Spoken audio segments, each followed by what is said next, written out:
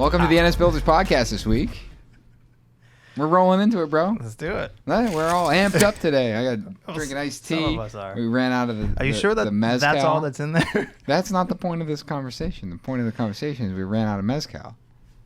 Did you run out of mezcal before you switched over to iced tea and started this? Is that why you're so amped up today?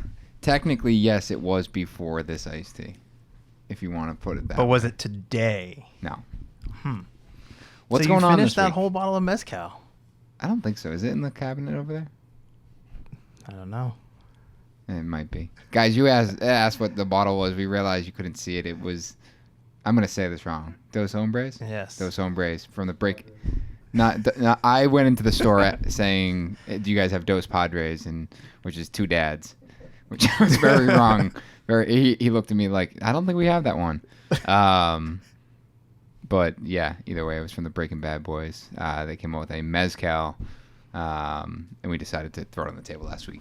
But this week, what are you guys working on in the shop? We got all sorts of stuff going on in the shop. We have a wardrobe that we're building for a project that has a ton of millwork, and the wardrobe is just one small part of this project. It has all this natural taboo veneer, and it's dyed. So it's this really cool, like funky light gray color. It's weird because is it oak? I think it's just maple. That's maple? Yeah.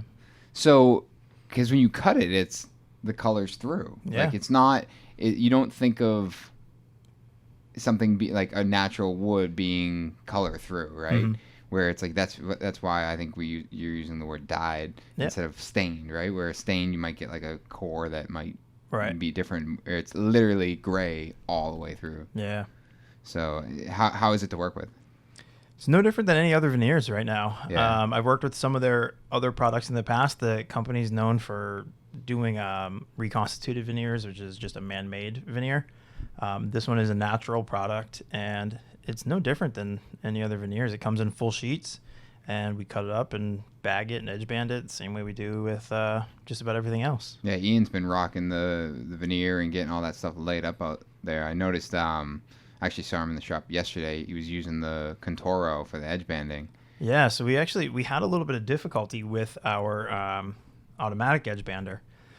It was giving us some kind of not so great cuts on the end of the veneers there, so we switched over to the Contoro, and we're having much better results with that. Luckily, it's not. I mean, that particular veneer isn't throughout the whole project. It's only two areas. Yeah, two areas. Yep. So most of it, it's not a ton of hand edge banding. Right. Even though the Contoro makes it pretty quick and relatively painless. Yeah, and it's all straight and flat, so it's pretty easy. So this week on Revealed, you actually did a shop tour. Mm-hmm. What spiked that?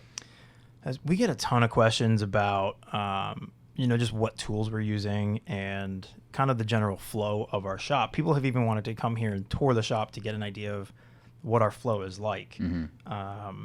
And then tons of people are just reaching out, asking about the tooling. A lot of people are interested in one tool specifically, or just kind of if I wanted to set up a shop or if I wanted to get to kind of your level, what does that shop look like? What are you guys using for tools? What's your most used tools? Where should I start? Can we talk about your first time visiting this building?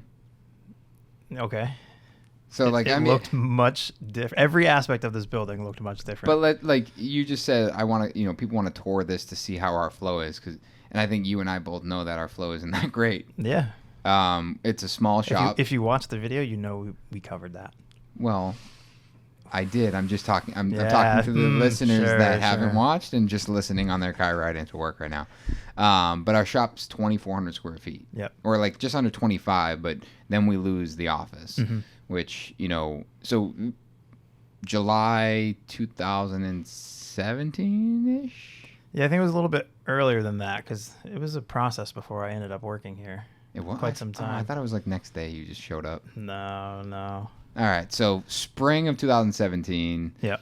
I had only been in here for a few months. Mm-hmm. Rented this space because it was closer to where I moved with my wife, and I think Marley was born at the time. But I needed a bigger spot, and I had plans to make this into a big like a shop, but just wasn't sure what that looked like yet. I don't even know why I immediately bought the Cantech planer and edge joiner, because that was here when you showed up, right? Yeah, it was. But do you remember how long you had it before I started? Probably a few months. Because I took off all the plastic and degreased them. Yeah, like I didn't even. They weren't even set up. To be fair, actually, the planer had been used and never cleaned off, so there was just dust all over it. Like, I don't think there was no dust collection at the time. No. So it was just let it fly. I'm wondering if I used the planer. I feel like I used the planer just to see how quiet it was. I feel like you said you milled down some poplar for something. I don't recall. Yeah. That was well before my time. So either way, so you came from another cabinet shop, mm-hmm. and so you walked through. You obviously recall it better than I. Yeah, well, when I came here, I mean, first off, the offices where we're sitting right now looked much, much different. That poop brown carpet. Yeah, yep. Like yellowish walls. Even the exterior got a paint job since I've been here. Yeah, it did. But then going into the shop, there was the Delta table saw, mm-hmm. planer, jointer. Which weren't set up. Miter saw. Oh, yeah, I did build a miter saw station. Or as you call it, a chop saw. No. Hey, and I think just like the Polk bench, and that was it. Yeah. There wasn't much in the way of tools. What? I mean, I think I know some, but why come from an established cabinet shop to here? Well, it is something that we've talked about, quite a bit. And where I was kind of peaked, I guess you could say, right? There was no room for growth there. And I could see that the opportunity for growth was much larger here. And mainly because there was nothing. Yeah, but at the time you could see the level of right. execution of the projects you were doing, and to be quite honest, they were lacking cabinetry, and some of the earlier jobs could have been better. Yeah. So I drank the Kool-Aid, and I think we've had a successful run thus far. It's funny. I've told plenty of stories about going back to previous projects, but I still consider that it's like going back, even from a millwork standpoint. It's like there's cabinets that I'm thinking of right now that are on a job that not even the one that you're thinking of. I know what you're thinking, but there's another job prior to that I remember doing them, and they actually look great in photos. But I remember being up close on them. I'm like, man, if I just knew what I was doing, mm-hmm. I could have made that better. And I mean, I didn't know anything about veneering, or I right. just was, I was digging in as much as I could and doing this stuff at night.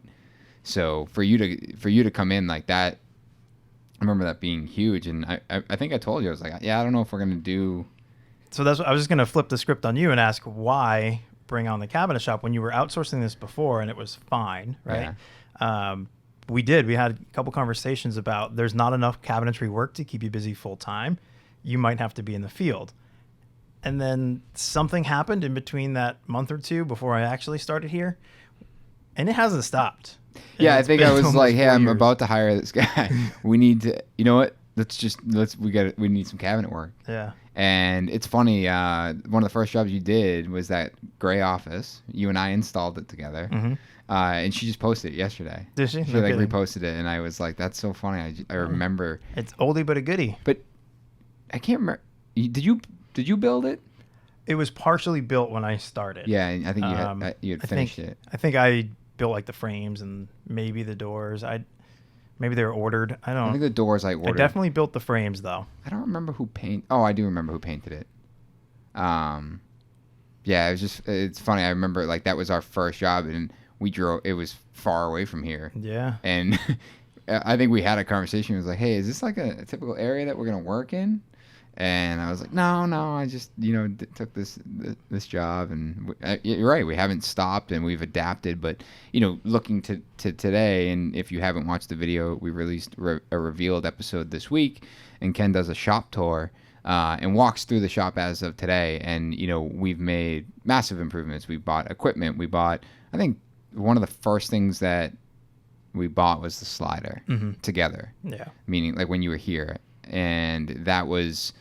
I feel like we maybe had less than a handful of conversations that it needed to be done. And then at one point you said it maybe like the third time, and I was like, all right, let's just buy it today. Yeah. I mean, that's hands down the best tool, most used in the shop. Right. It's absolutely game changing. And, I touched upon in the video, like, yeah, they're big. They come smaller. We got a pretty large one. They come bigger. They come smaller. You can even get them as small as like a 5x5. Right. So it doesn't take up a ton of room, but just being able to square up doors, for example, is absolutely game changing compared to some of the other methods out there. It's, I don't think I've ever talked about this, but it's difficult for me and I can attribute this, not that my wife listens to this podcast, but if she was listening, she'd be shaking her head. It's like my house and how I renovated it. I got to a certain point where I stopped, and it's like I don't want to finish it because it's like I want to do it right, or I want to buy the thing that I can't afford right now to do it, and that's not a great quality to have, especially when you have a wife and 3 kids. But I promised that I wouldn't do that in our next house. But I think about the shop. It's like a big reason I didn't want to buy the slider was because I wanted to buy the one that I wanted, like a Martin or a I forget, Antendorf or Altendorf, and that but it was like the price point. It was just we were in our infancy of the shop, and it just didn't really make sense. And we ended up buying the Cantech, and I mean, knock on wood, whatever. I don't think we've had many issues with it. No. And it's, and it was one of those things where it's like, all right, well, Cantech actually makes really big, large industrial machines, and these are on the smaller end. So hopefully that works to our advantage where, excuse me, that's one recommendation I've always made is that, if you're working with a manufacturer and you're buying the very best one that they make, does that really make sense? Where it's like if they're selling the most of their mid-range product, that's where most of the support's going to be. Like I think about Windows, for example. If you're buying like they sell like a mid-range price window, that's your best point. But if you're going to buy a really expensive door or window, you shouldn't be working on the top tier of someone's product. I think if you're in the middle or even on the low end, the support is much better. Where it's like, if we went to say Delta made a big sliding saw, and it was like their most expensive saw that they made, the support there just probably isn't going to be that good. That's an interesting idea. Yeah, and it's always how I've looked at things. Like I don't want to buy, I don't want to go into trying to buy the most expensive thing. And I don't know. So then why did you get the Denali? I knew you were going to say that as I looked out in the parking lot, because it's the same thing mechanically. But I don't know if this is true, but I'm sitting here thinking about it while we're talking about it, and I feel like it almost attributes to watches. Where it actually does. It was actually a conversation Meg and I had, is that, Nixon watches are a watch that her and I really like. They're, good price point. But they have one, most of them are, say $500 or somewhere around, even less than that. But they do have like a $13,000 Nixon. And it's like, do you really want to buy a $13,000, like the most expensive watch that they make? Or wouldn't you just upgrade to like a Breitling or something like that? And I think that's kind of where a lot of that thought process came from. It's like, yeah, you don't really want to buy the most expensive thing a manufacturer makes because the support's probably not there. And maybe not so much in watches. So then do you level up? Like using the Cantech, for example. If you were going to buy the most expensive Cantech, would it make sense to just level up to a mid-range Altendorf or whatever? 100%. That's exactly the way I look at it. Is like, don't go to the most expensive out of that line. Instead, move to a line that puts you back. So you wouldn't buy the most expensive Martin? I don't think so. So then what's next? I don't know. If you guys know, drop it in the comments. If speaking of Martin, if you guys don't follow Thomas May Bespoke, his shop is literally to die for. It's just every time he posts something, I'm like, I don't even care what you're showing. I want to see what's behind that. Yeah. It's like it looks like a cool space. I don't know if he's just got even everything to his ductwork. Yeah. It's perfect. Oh yeah, it's like, and it's a great follow, and he's got a ton of Martin in that place. But that's I don't know if I can't remember after watching the video, Ken, if you talked about like what's next, and as far as like how long we're gonna be here and what our move is. No, we didn't touch upon that in the video. Yeah, I didn't think so. This guy. But what is next? I mean, we've kind of tossed around a few ideas, whether we rent and get a bigger space, or if it makes sense to buy a building or to build a building. Yeah, I mean, for me, I don't think moving and renting again makes sense. I would agree with that. And largely because this isn't a temporary thing. Like, NS Builders and the millwork side, like none of this is set up where it's like, yeah, we'll maybe run this out a couple more years and call it quits. We're trying, we're doing everything we can to create longevity, even beyond me, hopefully. And, that's why, I think that's why we're really trying to maximize this space, in which we are. Like, we're cramming, a lot of people in here. I shouldn't say a lot of people, a lot of stuff in a small space, right, and trying to do a lot. We had someone here today looking at the shop and was like, "Oh yeah, you got some room." I'm like, "There's no cabinets here." Yeah. It's like when you have, a $200,000 kitchen sitting in here, it takes up a lot of room. But yeah, I go ahead. Going back, that reminds me, there was a truck in the shop when I first started here too. There was, yeah. And that truck sat around for a long time. It did. Now it's sitting in another shop. Well, that was the goal back then, is I was going to split this in two. I had drawn it up where the end of the shop was going to be my car shop, and the front was going to be my woodworking shop. And I came along and ruined it all. Yeah, you ruined it all, and you made a bet with me that I couldn't get it out by New Year's, and I got it out by New Year's. Hey, you're welcome. I think you owe me something for that. I think we got to. I'm not talking about the truck. Oh, okay. But I think looking to the future, yeah, I mean, it's owning a building, and whether we buy something or build something, there's a ton of avenues there. If I close my eyes and picture the picturesque, thing, it's this big, wood space building, timber frame space building, essentially, with a showroom and offices and studio, and a big glass wall that you look out into the shop. And I think that's ideal. Like having it be an experience when you're there. Obviously space for this stuff, our video stuff, our podcast, all of that. But is that even realistic in a short time period where we've looked at buying some buildings, and you can do the same thing. You can buy an old building and make it super cool. Right. Kevin Craddock, perfect example. He's got this old mill building, and it's like every time I see him in his office, I'm like, that building's so cool. It's just like a cool old brick mill building. Let's get it from him. We should take it away. Yeah. Yeah. Hopefully he doesn't listen to this. Eminent domain. Yeah. It's like, we've been mowing the lawn for 7 years, so this is ours. So, beyond what you got going on and revealed this week, we also launched Site Visit. We got the staircase in. So the staircase is out of the shop. The staircase is in our South Boston project. It's funny, Meg was like, did that go in with no issues? And I looked at her, I was like, yeah. She goes, oh, I feel like there's always issues. I'm like, who are you? I'm like, come on. The guy's kicked butt over there. Meg, come on. I know. Someone's going to message her and be like, hey, did you listen to the NS Builders podcast? I know. That's why I got to egg her on. Yeah, it's like, you really should. Your husband talked a lot of crap, man.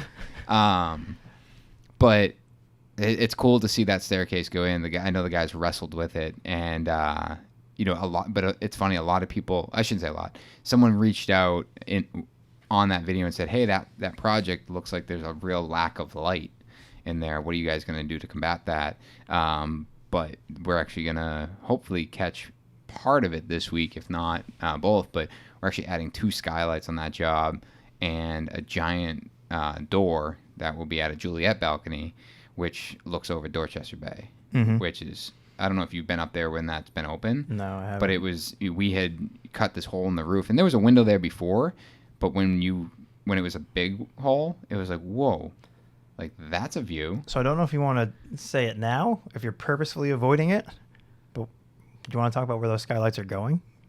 Or you want to wait and make them watch? No, we can talk about it. What about it? The it's way right over the stairs. Well, one of them's over the stairs, yeah.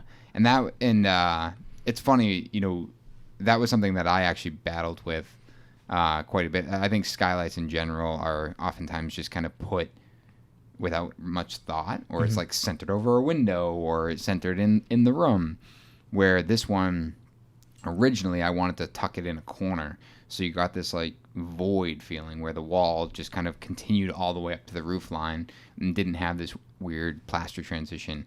Unfortunately, I couldn't get in the corner, but we did push it all the way up against one wall. So you have this. If you guys can kind of picture walking up a staircase, obviously you have the ceiling far above you, but if you turned around, you typically have this wall, which would be the wall for the floor above that you're kind of walking under as you walk up the stair.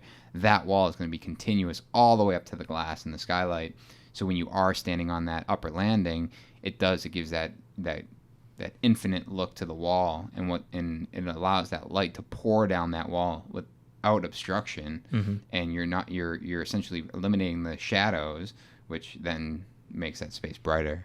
The other skylight is actually going over the tub, which will also be cool. That one's a more traditional, like there's no kind of funky push on it, but it'll be cool over the tub. Speaking of the tub, it's a difficult one. I heard. Tell me more. Yeah, it's gosh, I don't even know. I think it was original to the home, and the home was probably early 1900s, late 1800s. So it's this old tub, cast iron. The guys wrestled that thing to get upstairs, and we are right now not sure how we're going to make it compliant. There's a couple things that we need to do. Basically, the overflow doesn't meet code, and we need to figure out how to modify it and then coordinate with the plumber and the inspector to make sure it's okay to use. But I had tasked Liz with, hey, just find a refinisher that can drill a hole in the side of the cast iron, and we'll just pay him to do it. And she was like, Nick, I called like a dozen people. They all said absolutely not. Wow. And I was like, so we gotta have a real conversation with the client. Is I'll drill the hole. I don't care.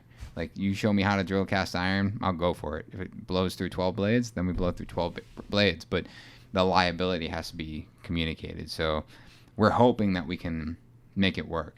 And I think it's I think being a yes man, and like I think a lot of us are yes men and women, but it's that we want to do what the client wants, but it's a liability. If that thing breaks, then we got to be upfront and be like, listen, if the tub breaks, the tub breaks.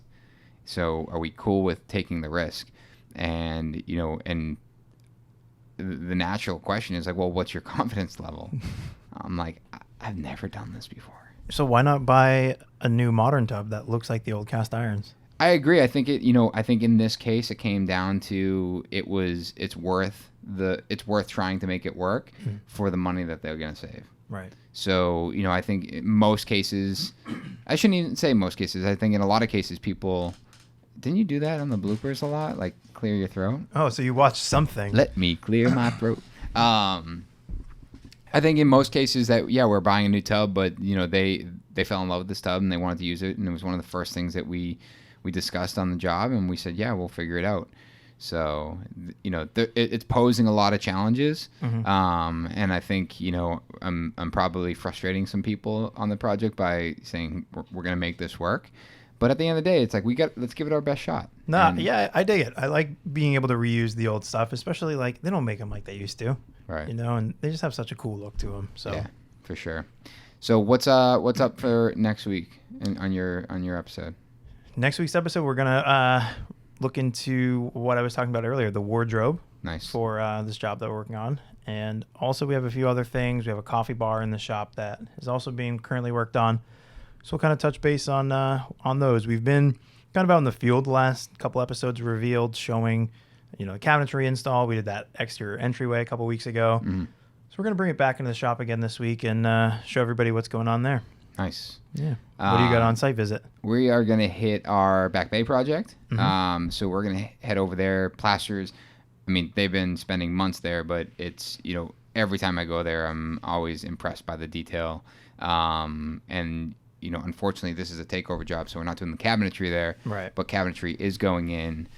So it's exciting to see that space come alive. Mm-hmm. They delivered everything at once, so it's packed. Yeah.